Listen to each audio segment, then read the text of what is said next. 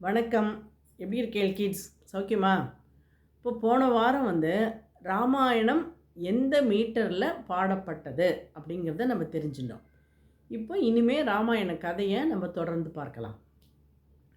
அந்த காலத்தில் பாரத தேசம் எப்படி இருந்ததுன்னா, குட்டி குட்டியாக பிளவுபட்டிருந்தது. அதாவது ஒரு ஒரு ஒரு ஒரு பகுதியையும் ஒரு ஒரு மன்னர்கள் ரூல் பண்ணிட்டு இருந்தா. அவளுக்குள்ள நல்ல உறவு இருந்தது.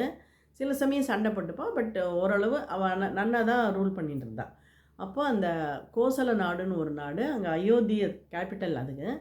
அந்த அயோத்தியை ரூல் பண்ணிட்டு இருந்தவர் தசரதர்னு ஒரு ராஜா. அந்த அயோத்தியை ரூல் பண்ண வம்சம் எப்படிப்பட்ட வம்சம்னா, சூரிய குலம்னு சொல்லுவாள். சூரிய குலம்னா சூரியன்லேருந்து ஆரம்பிக்கிறது. அதில் அப்புறம் இஷ்வாகு வரார், திலீபன் ஒரு பெரிய ராஜா. திலீபன் பற்றிலாம் அப்புறம் நம்ம தனியாக குட்டி குட்டியாக கதை வரும், அதெல்லாம் நான் அப்புறமா சொல்கிறேன் உங்களுக்கு. திலீபன், அப்புறம் அஜன் ஒரு ராஜா. அந்த அஜனோட புள்ள தான் தசரதர். இவரும் ஒரு சிறந்த பராக்கிரமசாலினா நல்ல சாமர்த்தியம் இருக்கவர், நல்ல திறமசாலி, நல்ல வாரியர் மட்டும் இல்லை. அவர் தன்னோட கன்சோலில் 8 மினிஸ்டரை தனக்கு கூட வச்சு அசிஸ்டண்ட்டாக வச்சுட்டு இருந்தார். ஏன்னா அவர் சொல்கிறதெல்லாம் செயல்படுத்துறதுக்கு 8 மினிஸ்டர்ஸ் இருந்தால். அப்புறம் 2 ரிஷி, முக்கியமான ரிஷி, வசிஷ்டர், வாமதேவர். அந்த வசிஷ்டரும் வாமதேவரும் ஒரு யாகம் செய்யணும்னா எப்படி செய்யணும், அந்த கோவில்களெல்லாம் எப்படி பராமரிக்கணும், அந்த மாதிரி விஷயங்களெல்லாம் அவருக்கு ஆலோசனை சொல்கிறதுக்கு வசிஷ்டரும் வாமதேவரும் இருந்தால். வசிஷ்டர் தான் அதில் ரொம்ப முக்கியமானவர், அவருடைய குலகுரு. ஸோ இவர் தசரதர் நன்னா ரூல் பண்ணிட்டு இருந்தார். அவர் என்ன பண்ணுவாரா, அந்த அயோத்தி அப்படின்னா அதுக்கு என்ன மீனிங் அப்படின்னா, யுத்தம் இல்லாத தேசம்னு ஒரு அர்த்தம். யுத்தம் பண்ணி அந்த தேசத்தை நெருங்க முடியாது, அதை ஜெயிக்க முடியாதுன்னு ஒரு அர்த்தம் உண்டு. அதாவது ஏன்னா அவ்வளோ ஸ்ட்ராங்காக இருந்தது அந்த கண்ட்ரி. அவர் அந்த ஊரை சுற்றி, அந்த நாட்டை சுற்றி நல்ல அகழியெல்லாம் வச்சுருந்தார். அப்புறம் நல்ல ஸ்ட்ராங்கான கோட்டையெல்லாம் கட்டி எதிரிகள் ஈஸியாக உள்ளே நுழைஞ்சிட முடியாது. அவ்வளோ நன்னா தன்னோட ஜனங்களை ப்ரொடெக்ட் பண்ணிகிட்டு இருந்தார். இவ்வளோ நன்னா ரூல் பண்ணிகிட்டு இருந்தார், எல்லாம் இருந்தது. அவருக்கு 3 மனைவிகள் இருந்தார். முதல் மனைவி பேர் கௌசல்யா, 2வது மனைவி பேர் சுமித்ரா, 3வது மனைவி பேர் கைகேயி. அந்த 3 மனைவியும் நல்ல ஒத்துமையாக அவளுக்குள்ள சந்தோஷமாக இருந்தாள். எல்லாம் நன்னா தான் இருந்தது. ஆனால் தசரதருக்கு ஒரே ஒரு குறை இருந்தது. என்ன குறை அப்படின்னா, அவருக்கு குழந்தைகள் இல்லை. என்னடா அது, நமக்கு குழந்தைகள் இல்லையே, நமக்கு அப்புறம் இந்த கண்ட்ரியை யார் கவனிச்சுப்பா அப்படின்னு அவர் ரொம்ப திங்க் பண்ணி ரொம்ப வருத்தப்படுறார். அப்போ அவருக்கு தோன்றது, ஒருவேளை நம்ம புத்திர காமேஷ்டி யாகம் பண்ணினா நமக்கு குழந்தை பிறக்குமோ அப்படின்னு. இஷ்டி அப்படின்னா என்ன, நம்மளுடைய ஆசை, விருப்பம், விஷ் அப்படின்னு அர்த்தம். நம்ம என்னெல்லாம் ஆசைப்படுறோமோ அதெல்லாம் நமக்கு பெற்றுத்தரத்துக்காக செய்யக்கூடிய யாகங்கள் தான் அந்த இஷ்டின்னு பேர். அது இஷ்டின்னு வரும்.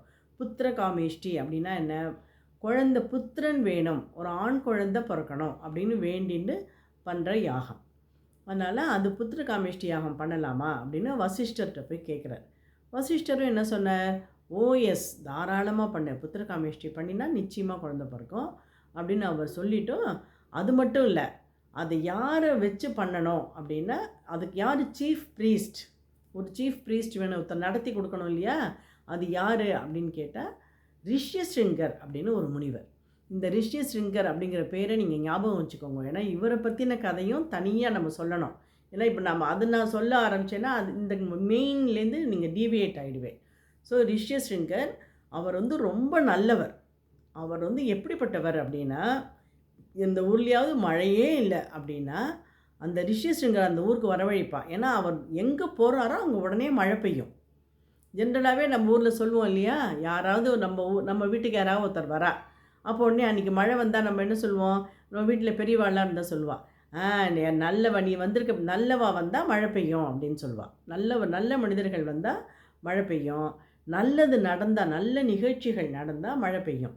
இப்போ கூட என்ன நடந்தது, மதுரையில் சித்திரை திருவிழாக்காக கொடியேற்றினா, அது அன்றைக்கி மழை பெஞ்சுது இல்லையா. அப்போ இது வருஷம் நடக்கும் மதுரையில். அதனால் ஒரு நல்ல விஷயங்கள், புனிதமான விஷயங்கள் நடக்கும் பொழுது மழை பெய்யும். ரிஷ்யஸ்ருங்கர் எங்கே போனாலும் மழை பெய்யும். ஸோ அப்படிப்பட்ட அந்த ரிஷ்யஸ்ருங்கர் இந்த புத்திர காமேஷ்டி யாகத்தை நடத்தி கொடுக்குறார் தசரதருக்கு. தசரதரும் ரொம்ப பக்தியாக அதுக்கு வேண்டியதெல்லாம் பண்ணுறார். அந்த காலத்தில் வந்து ஒரு யாகம் பண்ணுறது அப்படின்னா சும்மா ஜஸ்ட் லைக் தட் அப்படியே பண்ணிட மாட்டா யாகம்னு. அதுக்குன்னு தனியாக ஒரு பிளேஸ், ஒரு ஊரையே அவள் நிர்மாணம் பண்ணுவாள். ஏன்னா எந்த டிஸ்டர்பன்ஸும் வரக்கூடாது. அந்த தனியாக ஒரு ஒரு ஊரை வச்சு அதுக்கு எல்லாரையும் இன்வைட் பண்ணுவாள். நிறைய வெளியூர்லேருந்து பக்கத்து கண்ட்ரிலேருந்துலாம் வருவாள். எல்லாம் வரவாள்லாம் தங்கறதுக்கு இடம் வேணும் இல்லையா, அதுக்குன்னு தங்கறதுக்காக அவளுக்கு இடங்கள்லாம் கட்டி வரவா எல்லாருக்கும் சாப்பாடு போடுவா. அப்புறம் அவளுக்கு என்ன வேணுமோ, சில பேர் எனக்கு பசுமாடு கொடுன்னா பசுமாடு தானம் பண்ணுவாள். அந்த மாதிரி அவள் கேட்குறதெல்லாம் கொடுப்பாள். அந்த மாதிரி ஒரு அது மட்டும் இல்லை, அவள் காலை வேளையில் பூஜை பண்ணுறா. அப்புறம் ஈவினிங்லாம் அவளுக்கு போர் அடிச்சதுன்னா என்ன பண்ணுறது, அதுக்காக அவளுக்கு பொழுது போகிறதுக்காக கச்சேரிகள் நடக்கும், டான்ஸ் நடக்கும், ட்ராமா நடக்கும். ஸோ அந்த ஒரு பெரிய செலிப்ரேஷன் மாதிரி நடக்கும் யாகங்கள்லாம். அந்த மாதிரி தசரதர் வந்து ரொம்ப சிறப்பாக அந்த புத்திரகாமேஷ்டி யாகத்தை பண்ணினார். யாரெல்லாம் வராளோ அவளுக்கெல்லாம் சாப்பாடு போகிறோம் போகிறோம் சொல்கிற அளவுக்கு அவர் சாப்பாடு போடுவாராம். ஐயோ என்னால் முடியல, எல்லாரையும் ரூமில் ஒரு இடத்துல விட்டு கதவை சாத்திடுவாராம். சாப்பாடு போட்டுட்டே இருப்பாராம். அவள்லாம் ஐயோ போகிறோம், இனிமேல் என்னால் சாப்பிட முடியாது, நிறுத்து நிறுத்துன்னு சொல்கிற அளவுக்கு சாப்பாடு போடுவாராம். அந்த மாதிரி ஒரு சிறப்பான ஒரு யாகத்தை அவர் பண்ணுறார். அப்படி பண்ணி அந்த முடியிற சமயத்தில் அந்த யாக குண்டத்துலேருந்து ஒரு உருவம் ஒரு மேன் ஒருத்தன் வரான். ஒருத்தன் வந்து அவன் கையில் என்ன வச்சுட்டுருக்கான், ஒரு கோல்டன் வெசல், ஒரு தங்க பாத்திரம், ஒரு கோல்டன் வெசல் வச்சுட்டு அதை தசரதர்கிட்ட பார்த்து அவன் சொல்கிறான், நீ பண்ணின இந்த யாகம் வந்து ரொம்ப நன்னா நீ பண்ணின, ரொம்ப ஸ்ரத்தையாக பண்ணின, அதனால் எங்கள் தேவர்களுக்கெல்லாம் ரொம்ப சந்தோஷம். இதை வந்து உங்ககிட்ட கொடுக்க சொன்னான். இந்த இதில் பாயசம் இருக்குது. இந்த பாயசத்தை உன்னோட மனைவிகள் 3 பேரும் சாப்பிட்டா அவளுக்கு குழந்தை பிறக்கும் அப்படின்னு தசரதனோட கையில் கொடுத்துட்டு அந்த அந்த மேன் மறைஞ்சு போயிட்டான், டிஸப்பியர் ஆகிட்டான். அப்புறம் உடனே தசரதருக்கு ரொம்ப சந்தோஷம். அப்போ உடனே வசிஷ்டர் என்ன சொன்னார், அவன் 3 மனைவிகளையும் கூப்பிட்டு, கௌசல்யா, சுமித்ரா, கைகேயி 3 பேரையும் கூப்பிட்டு இந்த பாயசத்தை வந்து 3 பேருக்கு ஷேர் பண்ணி கொடுத்துட்றார். ஒரு 3 பேருக்கும் தனித்தனி டம்ளரில் அதை ஊற்றி கொடுத்துட்டு, நீங்கள் இதை உங்கள் ரூமில் போய் நல்லா குளிச்சுட்டு சுவாமியை வேண்டிட்டு வேறு ட்ரெஸ்ஸு போட்டுன்னு புதுசாக போட்டுன்னு சுவாமிக்கு பூஜை பண்ணிவிட்டு அப்புறமா இந்த பாயசத்தை சாப்பிடுங்கோ அப்படின்னு சொன்னார். அவள் 3 பேரும் அவள் ரூமுக்கு அதை எடுத்துன்னு போகிறான். எடுத்துன்னு போகும்போது கௌசல்யாவும் கைகேயும் ரொம்ப ஆசையாக ரொம்ப பக்தியாக அதை எடுத்துன்னு போகிறான். சுமித்ரா என்ன பண்ணா, சுமித்ராவுக்கு வந்து கொஞ்சம் ஒரு அவ்வளவா அதில் ஒரு அலட்சியம் வருது சுமித்ராவுக்கு. என்னன்னு கேட்டால், கௌசல்யா வந்து அவள் தான் பட்ட மகிஷி, அவள் தான் பட்டத்து ராணி. ஸோ அவளுக்கு பிறக்கிற குழந்தை வந்து கண்டிப்பாக ராஜாவாகிடுவான். கைகேயி வந்து அவள் வந்து இந்த ராஜாவுக்கு ரொம்ப பிடிச்ச ராணி. அதனால் ஒருவேளை ராஜா வந்து அவளோட குழந்தைக்கு ஒரு அந்த ராஜ்யத்துலேருந்து ஒரு பகுதியை கூட கொடுக்கலாம், அல்லது அவனையே ராஜாவாக ஆக்கலாம். ஆனால் என் பையன் வந்து எனக்கு ஒரு குழந்தை பிறந்தா அவன் என்ன பண்ணுவான், அவன் என்ன ராஜாவாக ஆகப்போகிறான் அப்படின்னு ஒரு அலட்சியமாக அதை கொஞ்சம் சரியாக அவள் அவள் கொஞ்சம் அலட்சியமாக நினச்சா. அப்போ உடனே ஒரு பருந்து வந்து அந்த பாத்திரத்தை அவளுடைய பாயசத்தை எடுத்துன்னு போயிடுது. அவள் உடனே பயந்து போயிட்டான். ஐயோ இது பிரசாதமாக கிடச்சது, நான் அப்படி அலட்சியமாக அதை விட்டுட்டேனே அப்படின்னு அவள் பயந்த உடனேயும் கௌசல்யாவும் கைகேயும் என்ன பண்ணா, சரி நீ கவலைப்படாத, நாங்கள் வந்து உனக்கு எங்களோட ஷேர்லேருந்து நாங்கள் கொஞ்சம் கொடுக்குறோம், அதை நீ குடி, நீ ராஜா வந்து கேட்டால் பாயசத்தை நான் குடிச்சேன்னு தான் நீ சொல்லலாம், நாங்கள் கொடுக்குறோம் உனக்கு அப்படின்னு சொல்லிவிட்டு கௌசல்யா வந்து அவள் பாதி கொடுக்குறா, கைகேயி பாதி கொடுக்குறா சுமித்ராவுக்கு. ஸோ சுமித்ரா இவா 2 பேர்ட்டேருந்து கொஞ்சம் கொஞ்சம் வாங்கி அவள் பாயசத்தை குடிக்கிறா. இவா 2 பேரும் அவளோட ஷேரை அவள் குடிச்சிட்டான். அப்போ 3 பேருக்கும் கொஞ்ச நாள் கழித்து அவள் 3 பேருமே ப்ரெக்னென்ட் ஆகிறா. அப்புறம் காலாக்கிரமத்தில் அவளுக்கு குழந்தை பிறக்கிறது. முதல்ல சித்திரை மாதம் நவமி திதியில் புனர்பூச நட்சத்திரத்தில் ராமர் பிறக்கிறார், கௌசல்யாவுக்கு குழந்தை பிறக்கிறது. அப்புறம் அடுத்த நாள் பூச நட்சத்திரத்தில் கைகேயிக்கு ஆண் குழந்தை பிறக்கிறது. அதுக்கு அடுத்த நாள் ஆயில்ய நட்சத்திரத்தில் சுமித்ராவுக்கு ட்வின்ஸ் 2 ரெட்டை குழந்தைகள், 2 பாய்ஸ் பிறக்கிறது. எல்லாருக்கும் ரொம்ப சந்தோஷமாயிடுறது. ஆஹா, நம்ம வந்து குழந்தையே இல்லைன்னு நினச்சோம், இப்போ 4 குழந்தைகள் நம்ம ராஜாவுக்கு பிறந்துடுத்தோம் அப்படின்னு எல்லாரும் சந்தோஷப்படுறா. தசரதனுக்கு ரொம்ப சந்தோஷம், வசிஷ்டருக்கு சந்தோஷம், மக்களுக்கெல்லாம் சந்தோஷம். ஜனகர் தசரதர் நிறைய எல்லாருக்கும் தானம்லாம் கொடுக்குறார். அப்புறம் வசிஷ்டரை விட்டு அந்த குழந்தைகளுக்கு பேர் வைக்க சொல்கிறார்.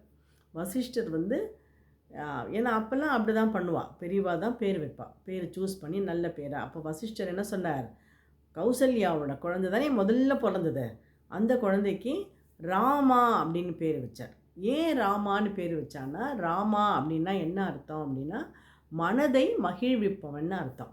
அவர் ராமர் பிறந்து எல்லாருக்கும் சந்தோஷத்தை கொடுத்தார் இல்லையா, தசரதருக்கு சந்தோஷம், கௌசல்யாவுக்கு சந்தோஷம், நாட்டு மக்களுக்கெல்லாம் சந்தோஷம். அதனால் எவ்வளோ பேர் மனசை அவர் சந்தோஷப்படுத்தியிருக்கார். அது மட்டும் இல்லை, லைஃப் முழுக்க அவர் நிறையா பேர் மனசை சந்தோஷப்படுத்துவான் அப்படின்ட்டு அவருடைய கௌசல்யாவோட குழந்தைக்கு ராமான்னு பேர் வச்சார். கைகேயோட குழந்தைக்கு பரதான்னு பேர் வச்சார். சுமித்ராவோட குழந்தைகளுக்கு லக்ஷ்மணா அண்ட் சத்ருகுணா அப்படின்னு பேர் வச்சார். ஸோ இது நாளைக்கு இந்த ராமநவமி, ராமர் பிறந்த தினம், சித்திரை மாதம் நவமி திதி புனர்பூச நட்சத்திரம் அன்றைக்கி தான் அவர் ராமர் பிறக்கிறார். அதனால் அதில் இதில் இன்னும் என்ன விசேஷன்னு கேட்டால், புரந்தரதாசர் என்ன சொன்னார், சைத்திர சுத்தா நவமி புதவார தள்ளி அப்படின்னு சொன்னார். சித்திரை மாதம் நவமி திதியில் புதன்கிழமையில் பிறந்தார் ராமர் அப்படிங்கிறார். நாளைக்கு எல்லாமே சேர்ந்து வருது, சித்திரை மாதம் நவமி திதி புதன்கிழமை. ஸோ ராமநவமி நாளைக்கு ரொம்ப சிறப்பான ராமநவமி. நம்ம நீங்கள் எல்லோரும் என்ன பண்ணணும், ராமரை நாளைக்கு கும்பிடணும் இல்லையா. ராமர் படத்தை வச்சு ராம ராம ராம ராமர், ராமனோட ஸ்லோகம் தெரிஞ்சால் சொல்லுங்க, சொல்லாட்டி பரவாயில்ல, ராம ராம ராம ராமான்னு ஒரு 18 தடவையாவது சொல்லி ஆஞ்சநேயரோட ஸ்லோகத்தை ஆஞ்சநேயா மாருதி அப்படின்னு சொல்லி வேண்டிண்டு ராமர் லக்ஷ்மணர் பரதர் சத்ருகுணர் எல்லாரையும் நம்ம வேண்டி நாளைக்கு நமஸ்காரம் பண்ணலாம். நமக்கு எல்லா நல்ல நமக்கும் மனசுக்கு சந்தோஷத்தை அந்த ராமர் கொடுப்பார். ஜெய் ஸ்ரீராம்.